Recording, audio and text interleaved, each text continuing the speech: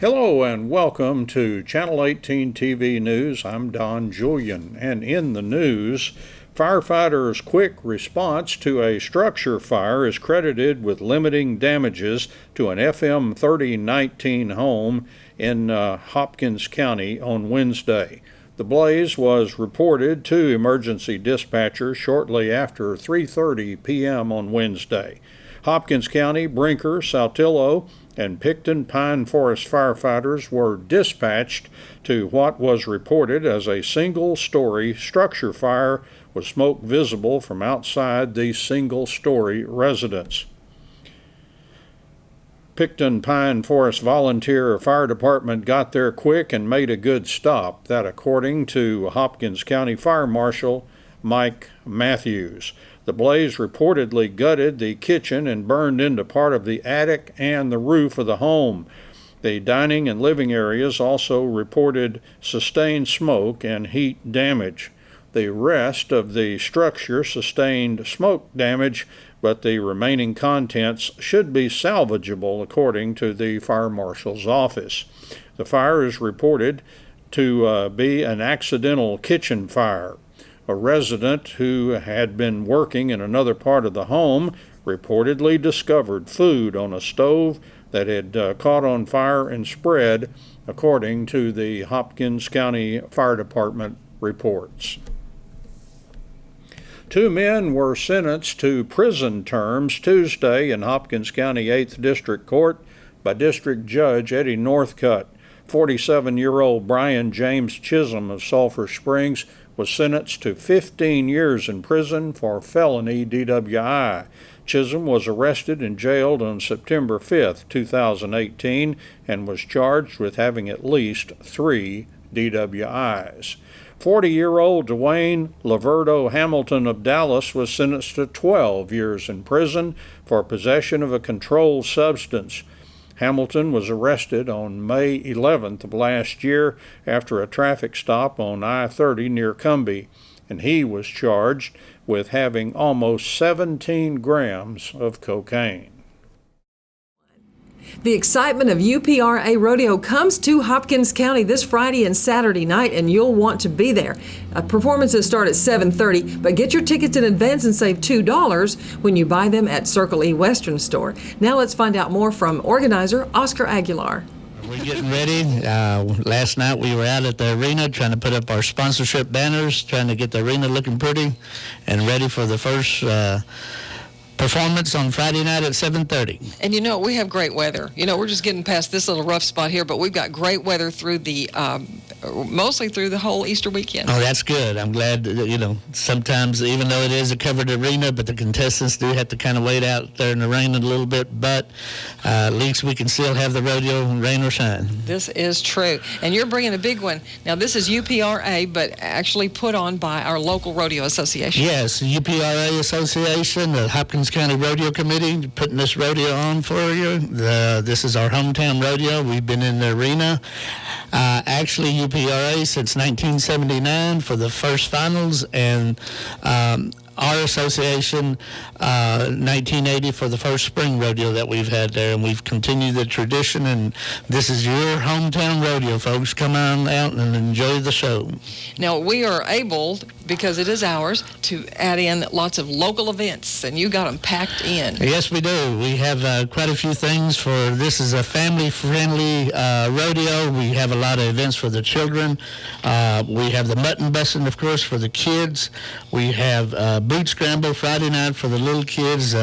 You bring your children out, they'll win a pair of boots for the boys and girls. And then we have, of course, a regular cash scramble, chuck wagon races that we do. This year we're incorporating also with the kids as far as the mini bronc riding and mini steer riding for the youngsters that are coming up, rodeo stars, giving them a chance to perform. Crossspur Cowboy Church has been having a little elite rodeo series out there at the arena, and they asked if they could incorporate the kids in the rodeo. I said, by all means, let's bring them in, give them a good rodeo field for them to perform in. So the youngsters that are participating in the mini bronc and mini steer are already contestants within their small association. Yes, they are, and they got to call in, they got to draw just like the big boys do and everything. There's no change in the rules. You participate the same way. They pay an entry fee and perform. We got some nice buckles for them to give away, so we're excited. Saturday night we have an Easter egg hunt going on for the children.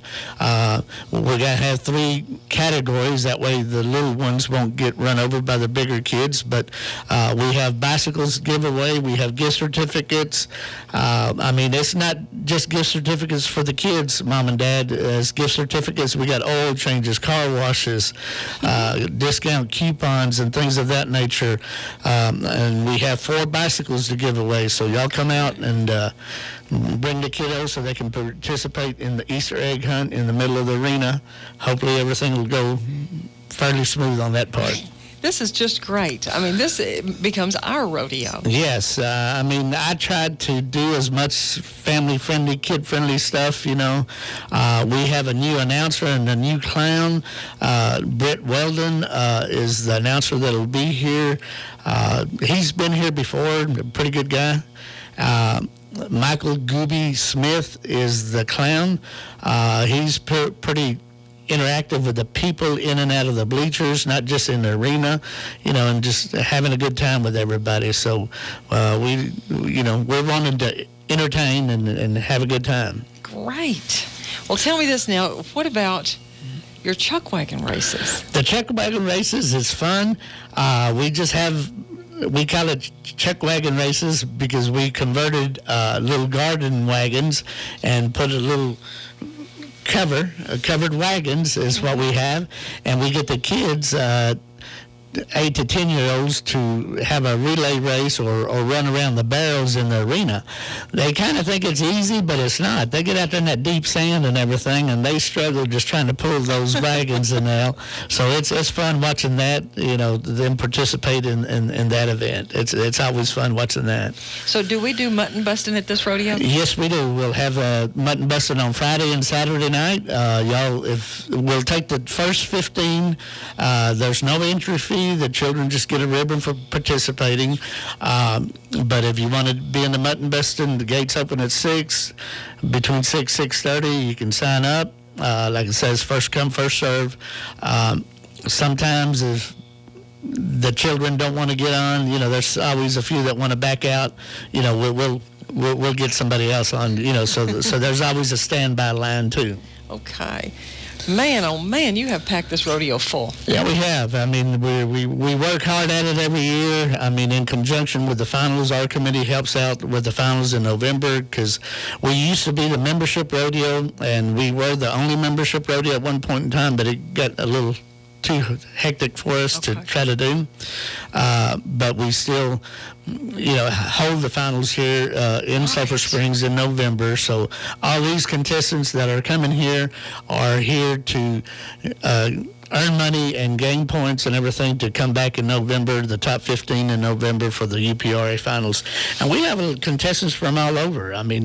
I was counting a while ago. We have 5 states that the UPRA is involved with, but actually, we have 6-7 states coming. We have people from Mississippi, Colorado, Missouri, Mackenzie Scott, Estes Park, Colorado. Of course, we have your locals, too, in the barrel racing, Cheney Graves, Sulphur Springs, Texas, Trey Norris, Trenton Norris. This year, they're not doing a father-son team, but they're split up, but they're out of Yanis. Lacey Hathcock out of Sulphur Springs. Monty Mohan, he's real popular around the Gladewater area. Ty Eason from Dyke. Cole Whiteman out of Dyke also. And then, of course, your own Brooke Bailey will be competing in the barrel racing also. She's competing actually Saturday night in the performance. Garrett Poston out of Winsboro, he's a steer wrestler, and then he's the pickup man also. So he competes and works the rodeo. He works with J&J Rodeo. Madison Murray also is J&J Rodeo family. She's a young up-and-coming breakaway roper. She's doing real well. And Carson Hicks in the tie-down roping out of Sulphur Springs. And then we have J.J. Hampton out of Stephenville, Texas. She is, by all means, one of the best breakaway ropers there is going. I mean, she has many titles. You just mentioned the name J.J. Hampton. Everybody knows her. I mean, she is one tough girl. I mean, she can rope in 2 seconds or under 2 seconds, but she's consistent with that 2 second mark. Pretty good competitors are the people being here. Some of these guys, they rope and go all over the country and make it to the NFR sometimes. Before we go any further, let's briefly tell about tickets, how much they cost and where to get them. Tickets are $10 at the door, $2 discount if you buy them at Circle Lee Western Store, or if you buy them in La Tienda Primavera, which is across the street from Brian Tolliver Ford, little shopping strip there. But yes, $2 off the tickets if you buy them in advance, but we do have them at those two locations. We're not selling tickets at the Civic Center ticket booth, but just at those two locations. I will be out. We're selling tickets. Oh, the night of the rodeo. Yeah, you can buy them at the door at the rodeo, but not in advance. And I will be out today and tomorrow, and you watch for me on Facebook Live, and if you can find where I'm at, where I'm located, I will be giving tickets away. Okay. All right? We have some here, and too. We have some here at the station to give away also. Through the morning show. Okay, now this is what I want to go back on with the short time we've got. Rodeos are also dependent on their stock to have a good, entertaining show. Yes, it is. J&J Rodeo Company out of Cooper, Texas. Jason Murray and his family has good bucking stock, good horses. He travels all over the country. This area here with the association, good bucking bulls. J&J Rodeo Company has been selected by the contestants as the stock contractor of the year 2 years in a row. So yeah, that's he's doing real good. Up and coming young family doing real good in the rodeo business. Yeah, and that entices some of the names to want to come here and compete too. And he's also our Delta County judge over there. Wow. Yeah, so he wears a lot of hats. Oscar, I know this is lots of fun for you to put on. It's lots of work. Lots of work. I've been doing this for over 25 years, I believe. But, they asked me this morning if I ever get tired of it. No. It is a lot of wear and tear, but I have fun. I enjoy doing this, especially in November for the Handicapable Rodeo that we put on. It's just great to be around the rodeo family. We don't have time to tell it, but I know you have connection with rodeo and livestock and all that from your family years back in Mexico and your family connections with Mexico, and it's sort of a family tradition. Oh, yes, it is. Yes, it is. I mean, my great-granddaddy was, and uncles and stuff were true Mexican cowboys. They sure were. Vaqueros.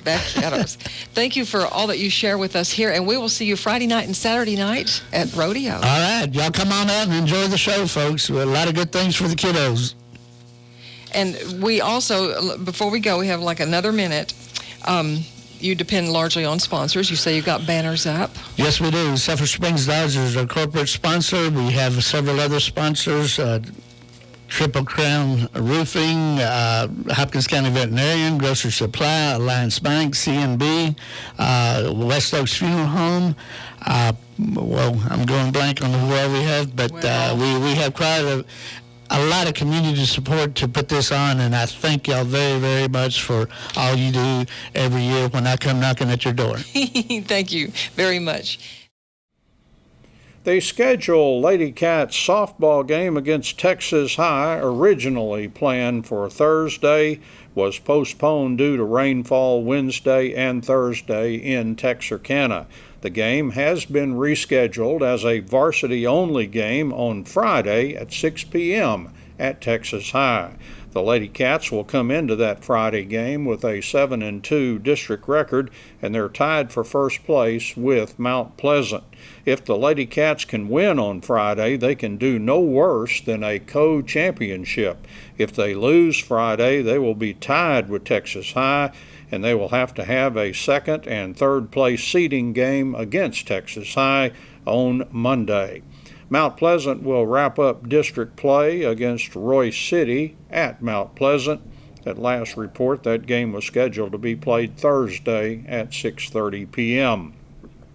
The Lady Cats could win an outright district championship if they can beat Texas High on Friday and if Mount Pleasant loses to the Lady Bulldogs.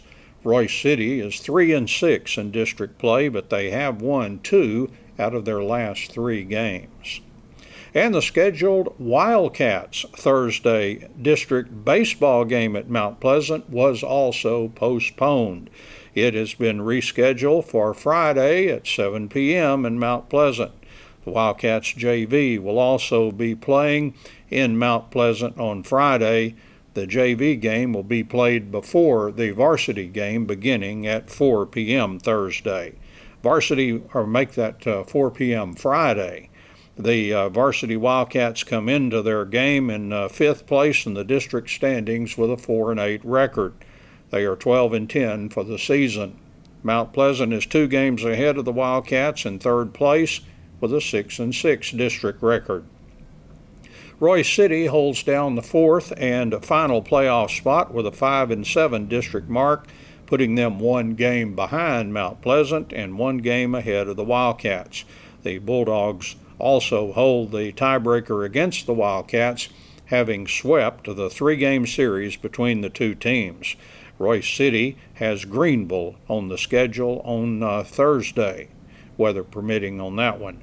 The weather has also forced cancellation of the Wildcats freshman team game scheduled to be played Thursday against Hallsville freshmen at Wildcat Park at 5:30 p.m. In other area baseball news, North Hopkins will now be playing Cumbie in their second game of this week on Saturday morning at 11. The game had to be rescheduled due to the weather and could not be played on Friday due to the unavailability of umpires on Good Friday. The Saturday morning game is expected to end in plenty of time for North Hopkins players to have time to get ready for their Saturday evening prom. The area track meet at Longview Pine Tree did take place on Thursday. 9 Wildcats and 13 Lady Cats participated, and I expect to have a complete report on that area track meet on our Friday Channel 18 TV News. And that's Channel 18 TV News for today. I'm Don Julian. Thank you for joining me, and so long, everybody.